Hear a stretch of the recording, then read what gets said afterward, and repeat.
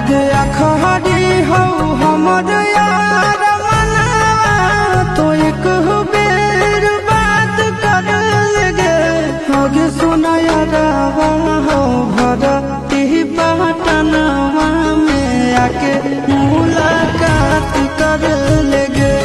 आगे सुना यारवा हो भरती पटनवा में आके मुलाकात कर लगे